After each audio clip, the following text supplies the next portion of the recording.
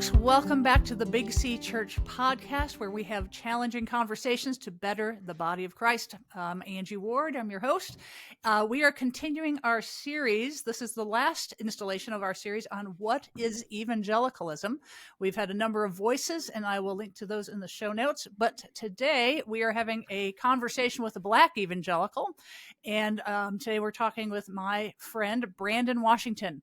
Brandon is right here in Denver. He is the lead pastor of Embassy Christian Bible Church. He's a alum of, along with me, of Denver Seminary, serves on the board there. And he is also the author of A Burning House. And I'm going to look up the Redeeming American Evangelicalism by Examining Its History, Mission, and Message. It's a great book. We'll link to that in the show notes as well. And then he's a contributor to Urban Apologetics, Volumes 1 and 2. So, Brandon, so good to have you here to hit record on the kind of stuff we talk about all the time. Oh, thanks for having me. It's a pleasure to be here with you. Yeah. Well, so like we were talking about before we hit record, we'll start with the question that I've asked everybody who's except maybe President Mark Young. We were talking about what is evangelicalism, but would you consider yourself an evangelical? And then what do you mean by that? So what do you mean by that? Okay. And this is the softball for you. Yes, that is. I've actually given this a little thought. So yeah. I do identify as evangelical, and in fact, I realized the need to defend that because I am a member of the Evangelical Theological Society, and once, maybe 5 or 6 years ago, I was registering for the annual meeting of that guild, and a friend of mine was with me, and he saw me doing that, and he exclaimed, "You're an evangelical?" And that conversation made me appreciate the need for me to defend what evangelicalism is and why I maintain my affiliation with the movement. I do think I have to be careful in how I define it. So I am deeply influenced by historian David Bebbington. Yep, and we've talked about the quadrilateral. Yep, on other episodes. Yes, feel free to talk about that again. We'll link to it. Yeah, one of the reasons it's important to me, in fact, I became familiar with the Bebbington's quadrilateral while I was a student at Denver Seminary. And the at first glance, it's the same thing I would expect anyone to say. The biblicism, crucicentrism. I expect people to use that language, conversionism. But the one that stood out for me was activism. Activism as a value of evangelicalism. And one of the things that was important to me is David Bebbington was not prescribing what evangelicalism should be. He was functioning, he was acting as a historian. So he was describing what the movement has been historically.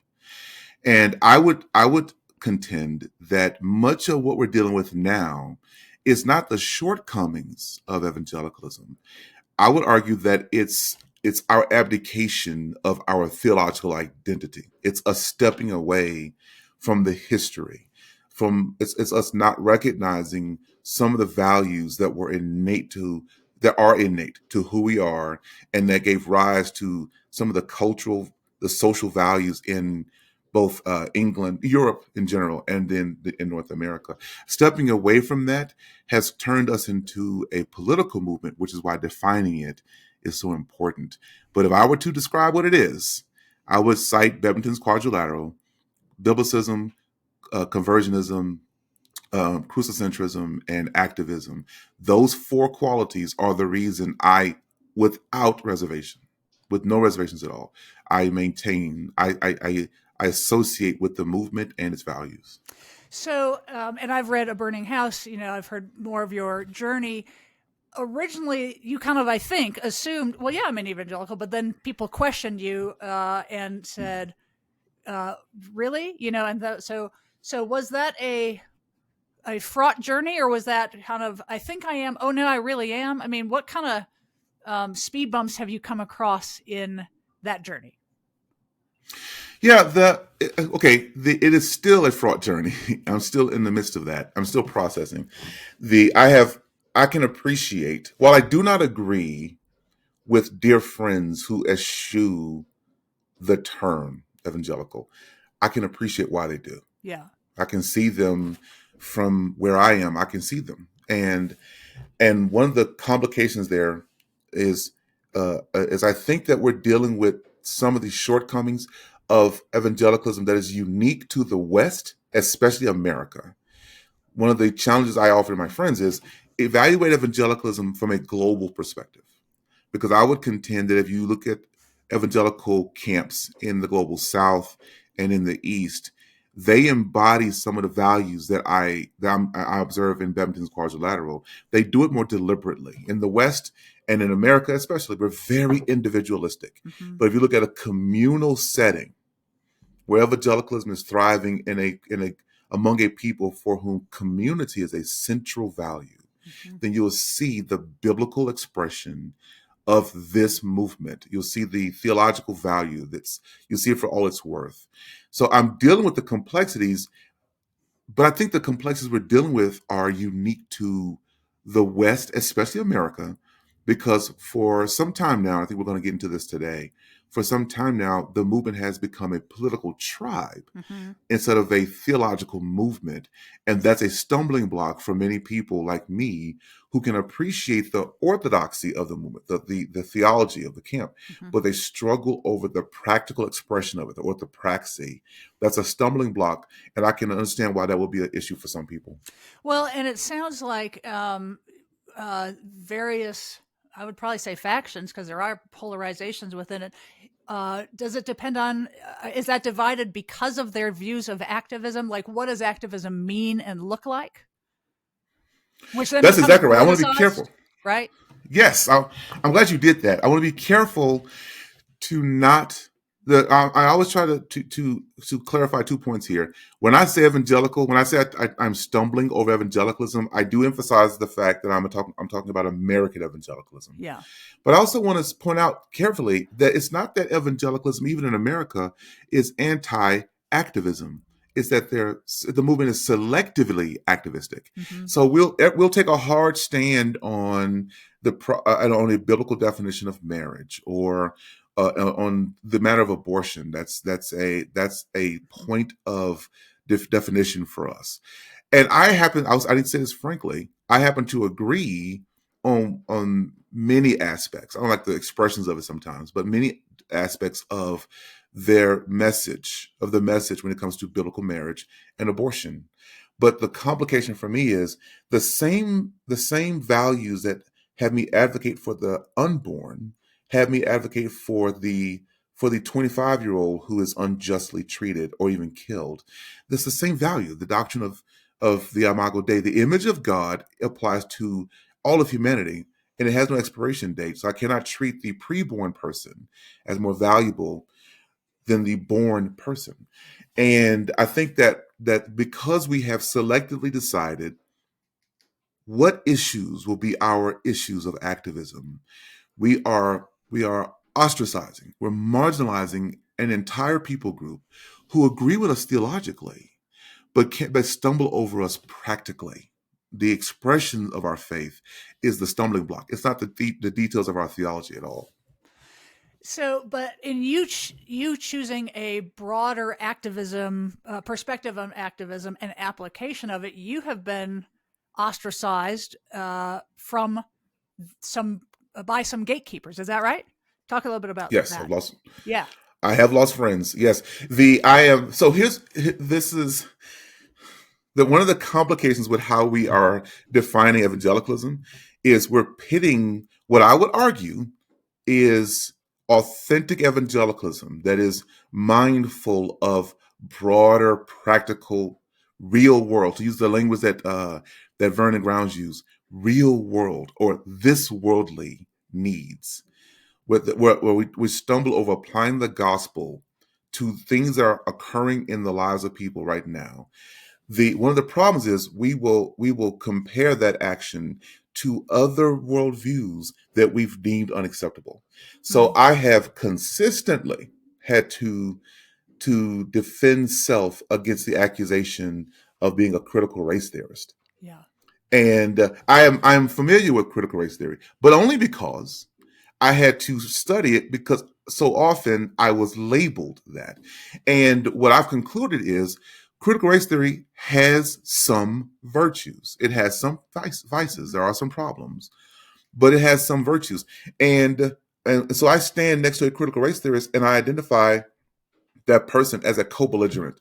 There are things that we both stand against, but we didn't come to the same conclusion using the same route. We used two different routes. And I tell my friends who are critical race theorists, you accidentally landed in the right place on some of these issues. Yeah. The problem is, since we're saying the same thing, we're the same camp. Since we're saying the same thing, we're the same person. So I'm dismissed as critical race theorists, or the somehow woke became a pejorative, and to be called a social justice warrior is to accuse me of being almost it's an accusation of almost walking away from the faith. And I would argue that not only is that not stepping away from the faith, that's an embodiment of our faith.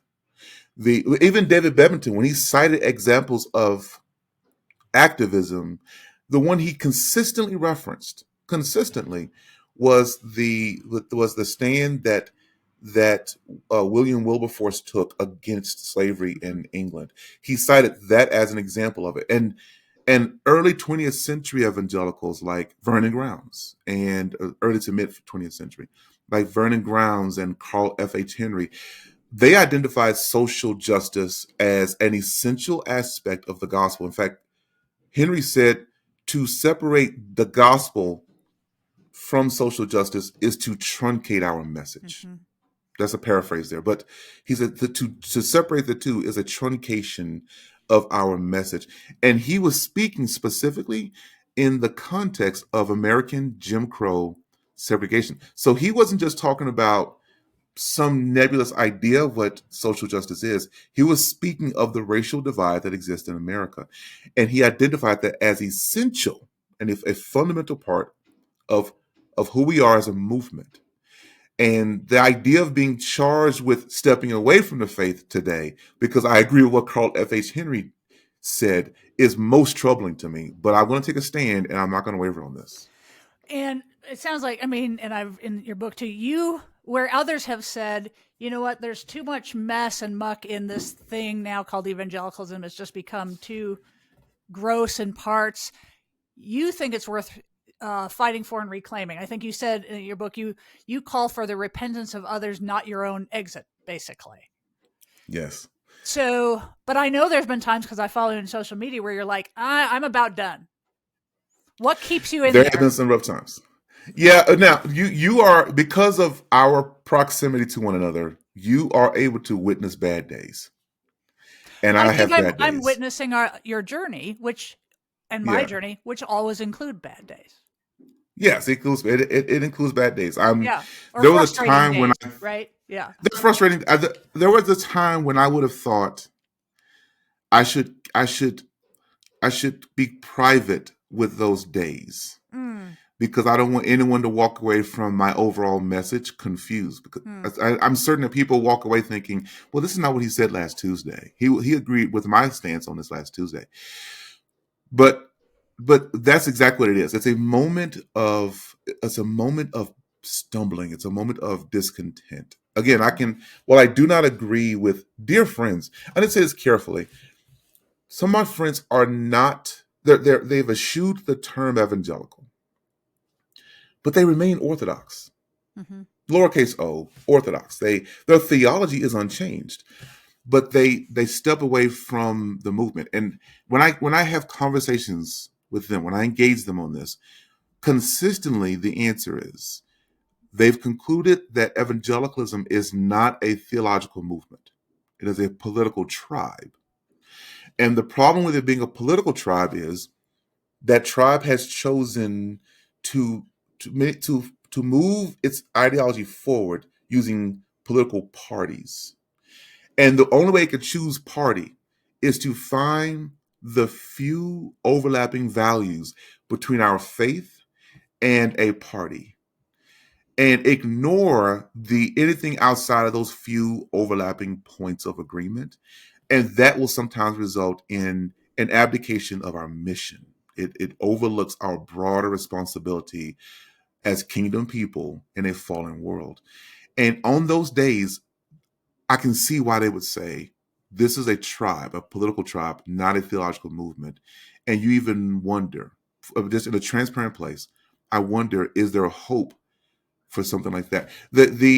My agenda, my goal is to redeem evangelicalism from within. Mm. It's very difficult to redeem something when its principles don't think there's anything wrong with it. Yes. If I mean, the first step toward recovery is conceding the need to recover, and consistently, I'm wrestling with the reality that many of my friends, dear friends, people I've known for years, they question. I'm apostate because I question our proper expression. Are we properly expressing the faith that we claim to hold dear? Those are bad days.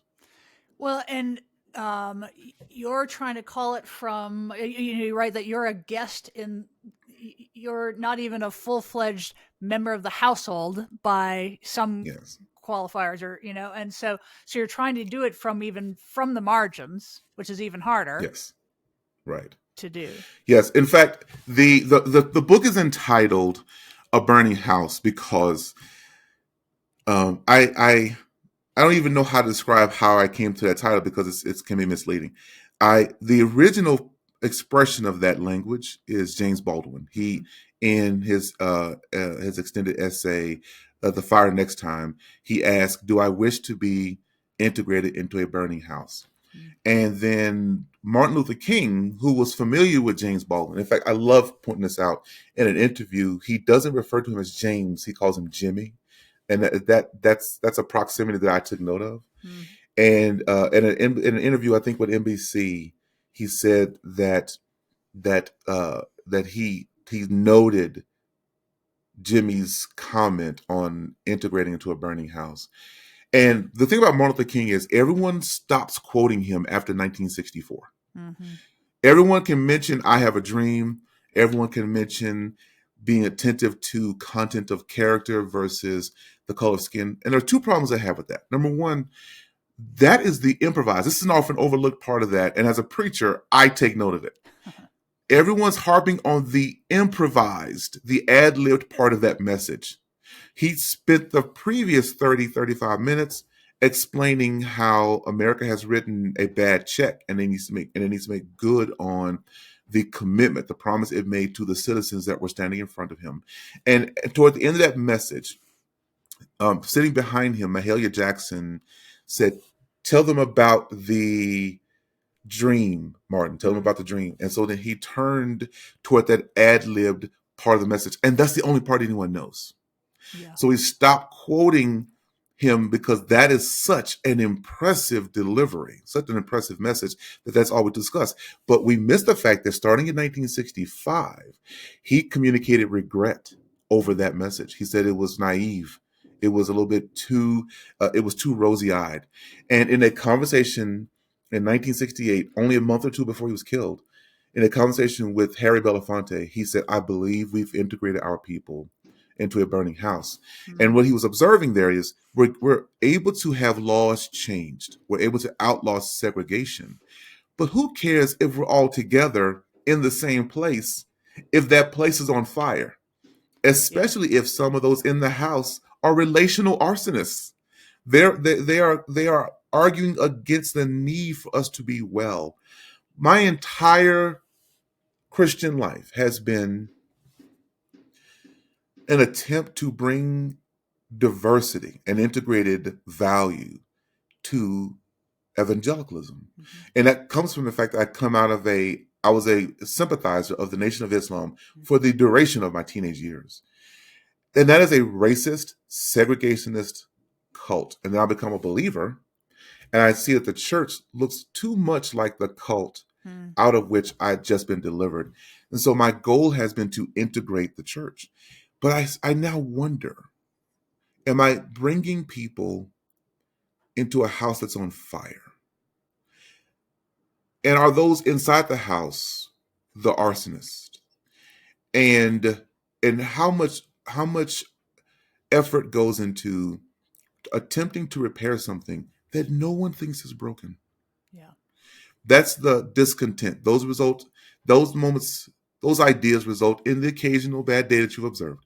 But at the same time, I stand on 1 Corinthians 15. I think I'm supposed to stand fast and be unmovable. I think that the word evangel is too valuable a word to dismiss. We cannot let it be co-opted. We have to redeem it and bring it back to its original worth and defend its value. So, just a small task. I'm sure you'll have it done by Christmas. Yeah, Yeah. sure. Well, That'll be my gift to everyone. Right, exactly. Yeah. There are folks who are self-appointed gatekeepers, and so when Dr. Mark Young and I, we talked about what is evangelicalism and who gets to decide, how are you going to, when you look at this burning house and, trying to redeem and stop the fire, convince people it's on fire, what needs to happen gatekeeper wise? Like, who gets to decide and who appointed them gatekeepers? And then how do you change that? Okay. So this is, now we're talking big systems. Yeah. You're bringing me to the point where we have to evaluate some of the history here. So, so I would argue that one of the complications we're dealing with here is we're just bad historians. And I would say willfully bad historians. It's ahistoricism, in fact. It's ignoring how the previous chapters of our story gave rise to the one that we are presently living in. And I would say that one of the complications we're dealing with is in the 19th century, because there was no need to politicize the racial hierarchy, the ethnic caste system, because it was already implanted. It was grounded in law and cultural norms. There was no need to politicize the movement. The movement did exist as a theological backing for those laws, but there was no need to politicize it. But immediately after immediately after the Civil War, I'm getting ahead of myself there. Immediately after the Civil War, the goal was to have the same racial hierarchy despite the laws being overturned. And so we started to take on this gradual march toward politicizing the identity. And that gradual walk gave rise to the overthrow of Reconstruction. It gave rise to the Jim Crow era that went on for 100 years in the aftermath of the Civil War. And even that started to weaken in the 1960s. Because you had the Civil Rights Act of 1964, you had the Fair Housing Act, you had the Voting Rights Act. Those values that were functioning as bungees that kept snatching us back socially, snatching us back to the 1865, 1866 era, they began to weaken. So the need to politicize those theological values became important. And I would argue that political movement is only about 50 years old. It happened in the late 60s, early 70s. Yep. It's only about 50 years old. And the fundamentalists, not necessarily evangelicals, not people I would say who are dyed in the wool evangelicals, not the Vernon Browns of the world, not the Carl Henrys of the world, not the Billy Grahams of the world. The camp that was fundamentalist, they noticed evangelicalism as a label often associated with born-again Christian camps. And there was a popular term, so they co-opted it. And they aligned it with a political tribe. And that political identity it became the filter through which we decide who the gatekeepers are.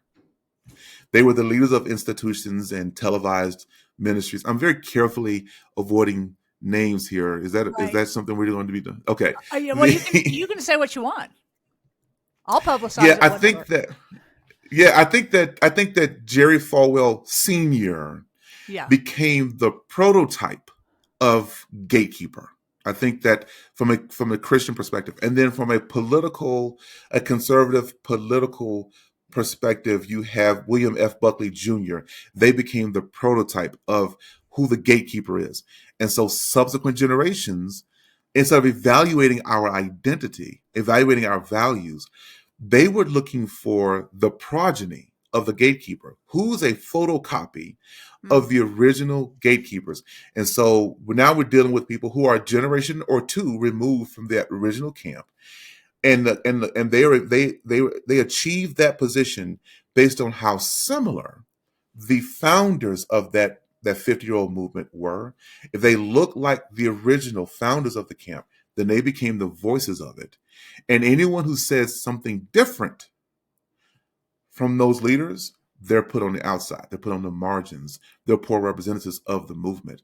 So now we're navigating that. And I thought the goal, my original plan was you stand firm because that generation will pass.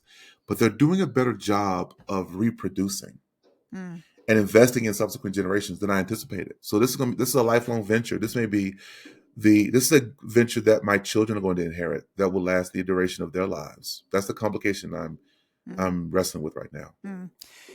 We've talked about the Bebbington Quadrilateral. I've experienced that there's also theological gatekeepers over the biblicism piece and whose interpretation of biblical. And so, there are evangelicals or purported evangelicals who would say that maybe our institution that we're involved with is too liberal. And so everybody just starts. And if you throw out liberal, that's stay away, kind of thing. And so I've experienced people who say we not only is activism defined differently or to a different degree or breadth, but also what is the conversionism? What does that mean?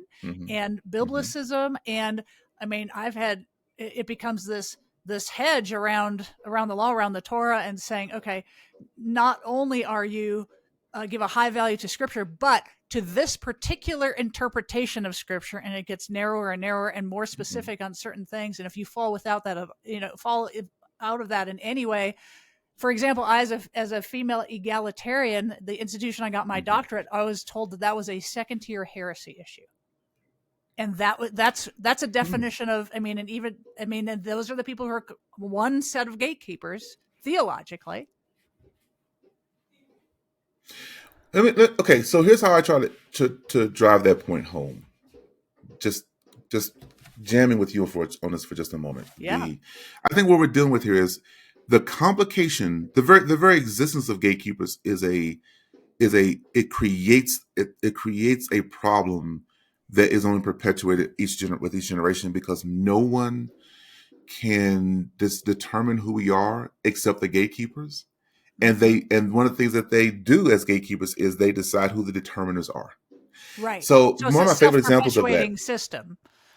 It becomes an echo chamber. We're just amening one another without getting any broader perspective. One of the examples that comes to mind for me is I was watching I watched a conference that was hosted by a very large church in California, and all these personalities who are of the gatekeeper level, where they did a panel discussion, and a question was asked from the audience. What do you think of the I think it was the Southern Baptist Convention who made this decision that they're never going to assemble another translation committee, another Bible translation community that does not include a Black person, a Latino person, and a woman. And the response to that was it was a mocking response, and said, why don't we just get people who know Greek and Hebrew? Well, as someone who graduated from seminary, I know that that's an extreme oversimplification. If you think that you don't bring your theological presuppositions to a translation, you are willfully self-deluded. Yeah. That's a disservice to you and anyone who exists under your leadership. It's just a good idea for you to expose yourself to people who have perspectives other than yours, because while that perspective will not create reality, it will allow you to see something that you didn't notice before. It's always been there, but you didn't notice it before. It will help you better appreciate it. When I took Greek, for example, in seminary, I realized that theological presumptions affected how the English Standard Version, the New American Standard Bible, and the New International Version translated Romans 16. Hmm. The NASB made Junia in Romans 16 for a man. Yep. ESV allowed her to be a woman. They gave her permission to be a woman, but said because she's a woman, she's not an apostle. She's outside the apostolic camp. The NIV concedes that she's both a woman and apostolic. Their theological backing shaped how they translated that verse. And the text allowed for a little bit of wiggle room for all of them to do that in that way. It's just a good idea for you to expose yourself to people who have perspectives other than your own. I benefited from the fact that my Greek professor was a woman. And that is something that I try to drive home. I think we have to expose ourselves to the experiences and perspectives of others within the camp so they can show us something that has always been there, but has gone unobserved by us. The way I try to illustrate that is my wife drives a minivan. She drives a Chrysler Town & Country. And she made me promise before we got married that she would not have to drive a minivan. And she has a certain, I don't know, fashion standard that minivans don't work with. And so I made that commitment, not giving it much thought. And then we had children, and children come with stuff. Car seats, rear facing car seats, which basically take up 2 seats. Yeah. And diaper bags and strollers and things of that sort. We needed it exactly. for years. Yeah. Years. In fact, my children are less than 2 years apart. So just as we were about to graduate from that, we started all over again. And so I said, we need to do something about this vehicle because our 4-door sedan was not going to work. And we ended up renting, because she made me promise. I gave up on that battle, but just coincidentally, we rented a minivan and we drove to Dallas for Christmas. And before we made it to Dallas, she said, "Oh, I could do this." She joined the minivan clan on the way there. When we got back, less than a week after getting home, we bought one. It had everything we need: stow and go seating and the DVD player, and we don't even, the children even have Bluetooth headphones, so we don't have to listen to what they're watching, that kind of thing. And as we're pulling out of the dealership, a twin van, identical in color and everything, drove by. And before we got home, we saw 4 more. And I joked with my wife when we pulled into the park in our driveway, and I said, word got out that we bought this van, and we're trendsetters, so a bunch of people went out and bought the same van. But Angie, you know that's not what happened. Those vans were always there. We just didn't notice them until we had an experience with the van ourselves. I try to explain to people, when people of color, when women, when they communicate the struggles of being second, third-class citizens within their own theological camp, instead of telling them, no, you're not, instead of being dismissive, submit to the benefits of their firsthand experience, because you may inherit from them lenses that allows you to see something that was always there, but was unobserved by you. When you have a gatekeeper approach to doing theology, our camp will only see what the gatekeepers see, and we'll be limited to their perspective, and we will not be effective in carrying out the whole mission God has called us to. Yeah. Tell me what you think of this, with that gatekeeper mindset. I just think that's the wrong model, even to just think that somebody needs to be the gatekeeper. And within Protestantism, I don't think it's possible anyway. Nobody can declare themselves. The nature of Protestantism, we protested and schismed all over the place. But I've wrestled with, do I work for an evangelical institution. Am I evangelical? Do I keep that name? And like you, I've concluded I'm not going to let somebody take it away from me just because they have self-appointed themselves as some gatekeeper. Because I get to have my, understanding. If I look at the historical like you did, and the theological and the pieces, and go, okay, I'm going to try to hold on to a redeemed, maybe historically, foundational orthodox evangelicalism. And I've determined my methodology is not to try to create a gatekeeper or a system from on high, but to take what I think is kingdom, which is the mustard seed approach, and to Yes. give people those experiences and to plant those seeds on the ground instead of trying to declare it or mandate it from on high. That's where I've landed Yes. as well. I think we're probably pretty similar places with kind of methodology. Yeah, I'm warring against the gate. I don't want to be. I don't want to be critical of gatekeeper mindset and then use that tactic for my own benefit. Then we're to my just own ends. wishing I would for be different careful. gatekeepers. Yeah, exactly. We That's wish all we're we were doing. the We're hoping. gatekeepers. We're wishing. We're pointing ourselves to a position that we think shouldn't exist. Yeah. I think that the approach to this should be more a matter of mutual beneficial submission. I think that if we coexist in a way where we hear one another's voices around our the values and identity of the movement, we will all benefit from the experiences and the understanding of others within the camp. Instead of appointing a few, let's exist let's exist in that egalitarian. Let me be this person for just a moment. Let's exist in that complementarian benefit among equals. It's egalitarian in that respect. Right. I think that we could grow in a willingness to hear one another. We will benefit from one another in a way that better embodies who we are as a movement, and it displays our theological values with a much more biblical identity. I think we are so focused on the gatekeepers that the apostles stopped being gatekeepers. Those who are interpreters of the apostles now have greater authority than the people we're supposed to turn to understand who we are as a movement. Yeah. What gives you hope right now? I mean, we've talked about sometimes you have bad days, but what's giving you hope? Yeah. Well, I think that, okay, we could have had 30 minutes on that one. Okay. So here's what gives me hope. The gospel is unchanged. I think that we've changed, but the gospel is unchanged. In addition to that, I would contend that Christ is not merely the messenger of the gospel. He is the gospel, which is the reason the gospel is unchanged. In addition to that, I think that much of what I'm struggling with is how evangelicalism looks in the West.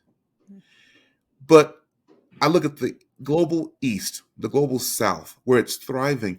While evangelicalism is in decline in the West, this is work done by I've seen both Michael Bird and Philip Jenkins give this quite a bit of time and attention. That it's in decline in the West, it's thriving in the East, and I think that happens for a few reasons. First, I think that the communities in the East and in the global South are much more open to supernatural things. I think we are much more products of the Enlightenment, where even the church, which warred against modernity in the early 20th century, but we did it on modernity's terms. So we became modernists. And so we will often try to reduce God to human understanding. Whereas if you go to many other parts of the world, they allow for the idea that God is supernatural and beyond our grasp in many respects. I think that allows them to thrive. It makes them much more praying, submitting, and fasting people. But in addition to that, they're communal by nature. They're communal. Their goal is if one member of the community is injured, the entire community is unhealthy. In contrast, in America, we have a pull yourself up by your own bootstraps mindset. We have an individualistic approach to it. We're reading scripture through Western eyes, and the Bible is not a Western book. If we read it according to its original context, we will become a community of people who seek the well-being, seek the wholeness of one another. And that activistic aspect of who we are will be expanded, and we'll have a much more comprehensive, broader message. The gospel is unchanged. And I think that the benefit that we can have, the hope we can have, is we can sit at the feet of global evangelicals and ask them, how does the gospel look in a fallen world from your perspective? That doesn't mean you embrace everything blindly, but you sit down and have rational conversations with fellow believers and ask them how they think the gospel is embodied in a fallen world. The mistake we made is we decided to cloister ourselves and evaluate those outside of our camp, those in other parts of the world, instead of going to them and benefiting from them. Bishop Desmond Tutu would have been an asset to the American church during Jim Crow, during Separate but Equal, because he has done the theology from experience in an apartheid state. He would have been an asset. Instead of listening to him, we evaluated him. And some of our heroes, this is something I have overlooked in this conversation that needs a moment of attention. Some of our heroes justified ignoring him. So in seminary, we're reading Jonathan Edwards, we're reading George Whitefield, we're reading Abraham Kuyper, but Edwards and Whitefield were enslavers, and Kuyper justified the apartheid in South Africa by pointing out a distinction in the racial hierarchy. If we had given Desmond Tutu a voice among the Kuypers of the world, we would be a much more comprehensive movement. The solution is to repent of that past mistake and sit at the feet of fellow believers in other parts of the world, and hearing from them, the potential to hear from them, gives me hope. Yeah, that's great. Well, thank you for your efforts in trying to subvert or change some systems, even when it's very frustrating and difficult. I thank you for doing it. I know you're doing the same. So this may be a little bit of an echo chamber, but I think every now and then we need to get together and encourage one another. Yeah, well, and I think it's good for listeners. Like I said, I'll put in the show notes a lot of the stuff all the stuff we've talked about today, your book and some of the other ones that have been influential. So just great to have this conversation, and I look forward to more with you down the road. I'm looking forward to it.